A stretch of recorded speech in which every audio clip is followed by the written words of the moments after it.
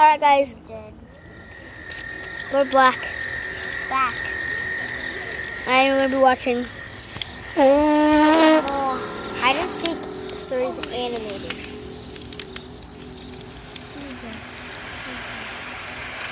When I was a kid, my parents would sometimes bring me down to my aunt and uncle's place to stay for the weekend. Mainly, I'd spend time playing with my two cousins who were around the same age as me.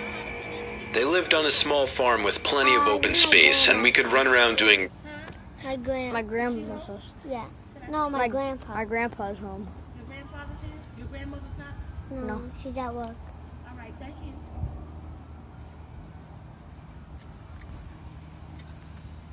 pretty much whatever we wanted. If we thought we could get away with it, the three of us would sometimes cross over to the neighboring farm about half a mile away. It had been abandoned for decades, with a scattering of derelict buildings. First off, who goes to an abandoned home? Ethan told me a story once. When he lived in Deltona, there's this spot he went to go to with his friends. So then he went there, and then they took him to a abandoned house, and they tried beating him up. But Ethan, Usain Bolt.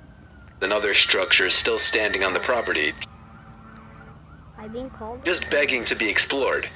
This was of course a gold mine for three adventurous young boys such as ourselves, especially after my cousins told me stories about the deaths that took place in the house.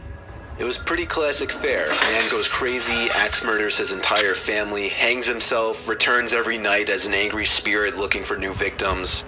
Good, grisly stuff. Even at that age, I knew they were probably making it up, or at least embellishing old rumors. But seeing as how the setting lent itself so well to such tales, I allowed myself to buy into it. One afternoon, we decided to play hide and seek. When it was my turn to hide, I ran off for a flimsy brown barn that had living quarters on top and climbed the stairs looking for a good spot. There was still furniture inside, and personal belongings lay scattered across the floor.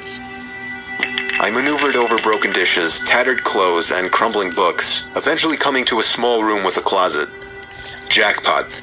There were even long black dresses still hanging on the rod that I could hide behind. I stepped inside and managed to force shut the folding door. My only illumination was a slit of sunlight that shone through the crack in the door from a nearby window. I crouched down with knees tucked into chest and waited. Some time passed and there was still no sign of my seekers. I waited some more, debating if and when I should give myself up. After nearly an hour, this was starting to get boring. My head drooped. I awoke with a jerk. It was pitch black. Drowsy and confused, I forgot for a minute where I was or what I had been doing. As it came back to me, the realization that it was now nighttime and that I had been abandoned here filled me with sinking dread in the pit of my stomach. I tried to get up, but a sudden cramp in my calf kept me grounded. I squirmed about, waiting for it to pass, when I heard a door slamming shut downstairs, and instantly froze. One of my cousins? There was a brief period of silence, then footsteps at the bottom of the stairs. But not just footsteps, a thud too.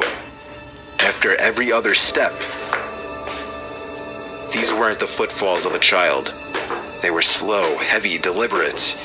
I held my breath, praying they would go away. They did not. The noises continued to ascend.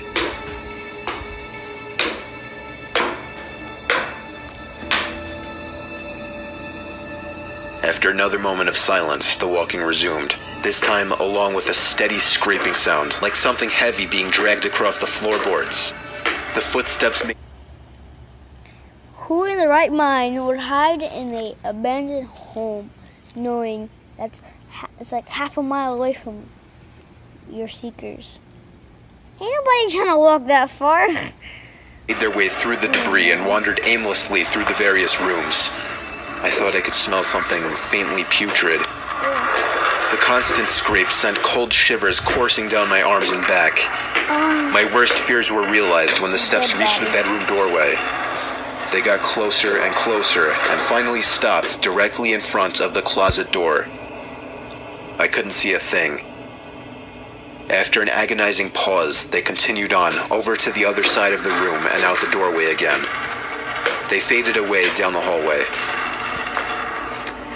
I I waited for what seemed like an eternity. There were no more sounds now, and I was trying to build up enough courage to open the door and flee. No. 3 things happened simultaneously just then. I was bombarded with a smell I can only describe as fresh roadkill.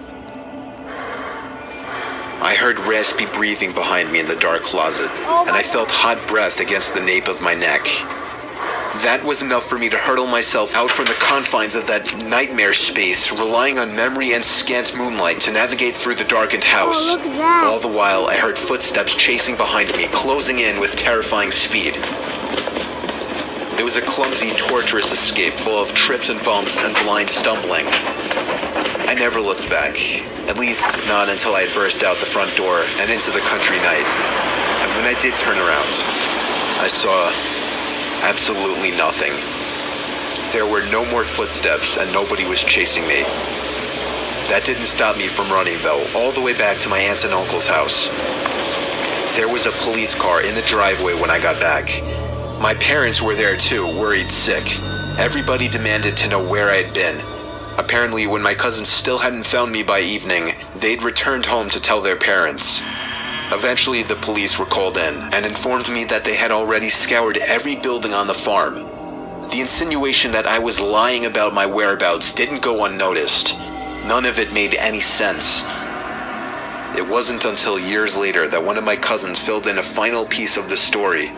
He and his brothers had spent hours searching for me like they said, but the part they didn't tell anyone was that they thought they spotted me in the window of the bedroom I was hiding in.